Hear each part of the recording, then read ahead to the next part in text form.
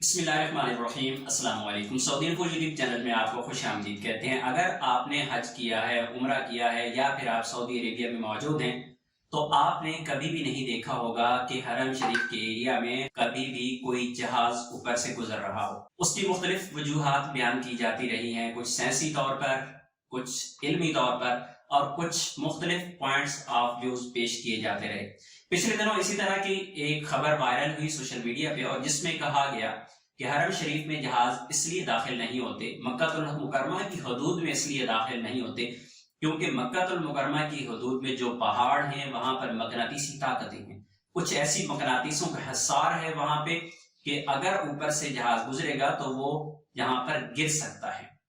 یہی سوال سعودی عربیہ کے ایک ماہر پائلٹ عبداللہ الصالح الغامدی سے پوچھا گیا۔ ایئر آپریشن ڈائریکٹر اور ڈپٹی کمانڈر کے عہدے پہ رہنے والے عبداللہ الغامدی، جو سعودی ایئر لائن کے سابقہ پائلٹ بھی ہیں، ان سے ایک نجی ٹی وی نے انٹرویو لیا اور ان سے یہی سوال پوچھا گیا۔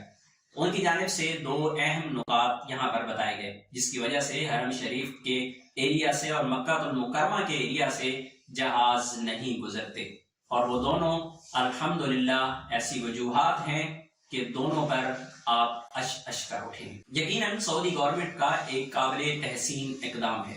سعودی گورنمنٹ کے ساتھ آپ کے سیاسی اختلافات ہو سکتے ہیں، آپ کے مسلکی اختلافات ہو سکتے ہیں، کسی پالیسی پہ اور پہ اختلافات تو ہو سکتے ہیں، لیکن اگر آپ نے عمرہ کیا ہے، اگر آپ نے حج کیا ہے اور حرمین شریفین کے سسٹم کو آپ نے دیکھا ہے، وہاں پر خدمت کے جذبے کو اگر آپ نے دیکھا ہے، تو یقیناً آپ بھی تعریف کریں گے کہ الحمدللہ ہمارے حرم کی حرمت محفوظ ہاتھوں میں ہے۔ الحمدللہ سعودی گورنمنٹ نے جو سسٹم چلایا ہے حرم شریف کا، حرمین شریف کا، الحمدللہ ایسا سسٹم اور ایسے اقدامات شاید ہی دنیا میں کہیں اور میں دیکھنے کو مل جائے۔ عبداللہ الغامدی کی جانب سے دو اہم پوائنٹس اٹھائے گئے۔ سب سے پہلے کہا گیا کہ حرم شریف مکہ المکرمہ کے ایریا سے جہاز اس لیے نہیں گزرتے کیونکہ سعودی گورنمنٹ کی جانب سے اوپر سے جہاز گزرنے پر پابندی لگائی گئی ہے۔ الحمدللہ ایک احسن اقدام ہے۔ آپ لوگوں کو پتا ہوگا کہ حرم شریف کے ایریا میں غیر مسلموں کو داخلہ ویسے ہی منع ہے،